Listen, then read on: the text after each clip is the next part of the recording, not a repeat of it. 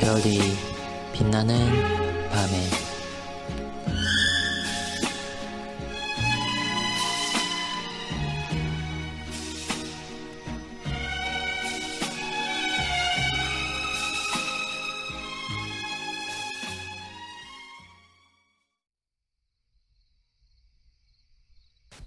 (49문에서 50문까지는 56일차를 참고해 주시기 바랍니다. 그리스도의 낮아지심은 어떻게 죽음으로 나타날까요? 첫째, 그리스도는 제자들에게 철저히 버림받으심으로 나타납니다. 그리스도께서 죽음이 임박했을 때를 기억해 봅시다. 마태복음 26장은 이제 거의 지상에서의 삶을 마치려 하실 때 그리스도는 자신의 죽음을 이미 아셨고 겟세마네 동산으로 제자들과 동행하여 올라가셔서 기도하시는 모습을 기록합니다. 그러나 제자들 중 어느 누구도 이러한 상황을 깨닫는 자가 없었습니다. 기도하시다가 2번이나 그들에게 돌아와 시험에 들지 않게 깨어 있어 기도하라고 책망의 말씀을 하십니다. 여전히 그들은 그리스도께서 누구신지 진정한 깨달음을 얻지 못하고 있으며 그리스도께서는 철저히 혼자이셨음을 말해줍니다. 그 짐을 함께 질 수는 없었지만 적어도 그리스도께서는 공유하기를 원하셨습니다. 그것은 앞으로 남겨진 제자들에게 밀어닥칠 시련을 보셨기 때문입니다. 그리스도의 이름으로 복음 진리 때문에 그들은 어마어마한 고난을 겪어야 하기 때문입니다. 하지만 그들은 지금 그리스도께서 느끼는 두려움과 고뇌를 전혀 깨닫지도 공유하지도 못했습니다. 뿐만 아니라 실제로 그들에 의해서 버려진 분이라고 복음서 저자들은 말합니다. 마침내 예수께서 체포되셨을 때 마태는 이에 제자들이 다 예수를 버리고 도망하니라고 고발하듯 말합니다. 물론 마태는 이렇게 된 것은 다 선지자들의 글을 이루려 함이니라고 말했지만 이것은 제자들이 예언을 성취하려는 큰 뜻을 품고 버렸다는 것이 아니라 진리를 위하여 거룩한 용기와 굳센 믿음을 유지하는데 얼마나 그들이 유약하고 무능한지를 보여주고 있습니다. 사도 바울에게 이런 순간이 있었습니다. 디모데전서 4장 16절에 내가 처음 변명할 때에 나와 함께한 자가 하나도 없고 다 나를 버렸다고 디모데에게 고백합니다.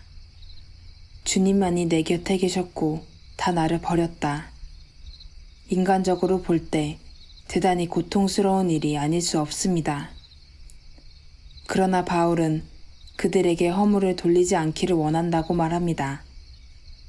다른 성경에서는 그리스도께서도 대제사장과 바리새인들이 군병들 데리고 체포하러 왔을 때 그들에게 나를 찾거든 이 사람이 가는 것을 용납하라고 제자들이 피할 길을 열어주십니다.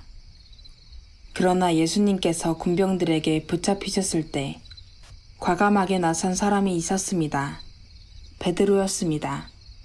그는 칼을 빼어들고 대제사장의 종의 귀를 내려쳐 떨어뜨리는 호기를 보여주었습니다. 그는 어떤 사람이었을까요?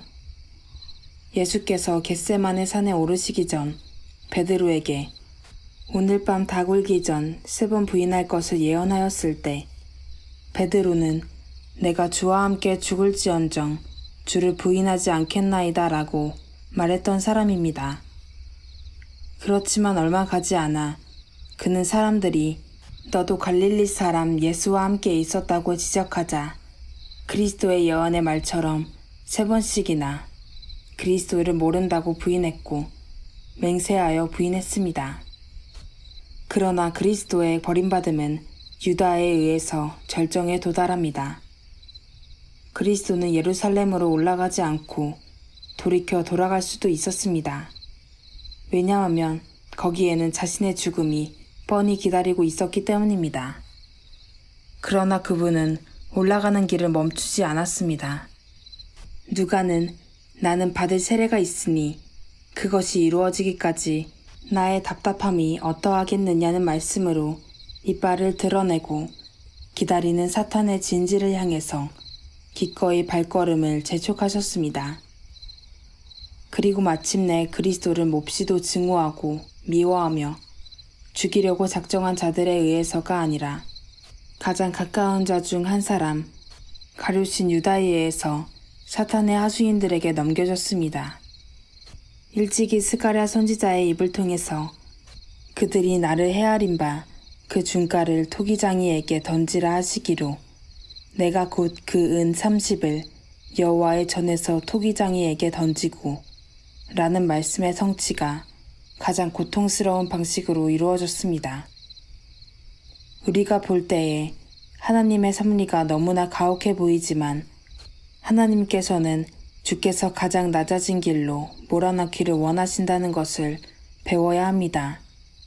지상의 교회 속에서 선한 목자들 사이에 거짓 목자들이 존재하고 양의 탈을 쓴 이리가 양무리 가운데 숨어 있는 것은 전혀 이상한 일이 아니라는 것을 배워야 합니다.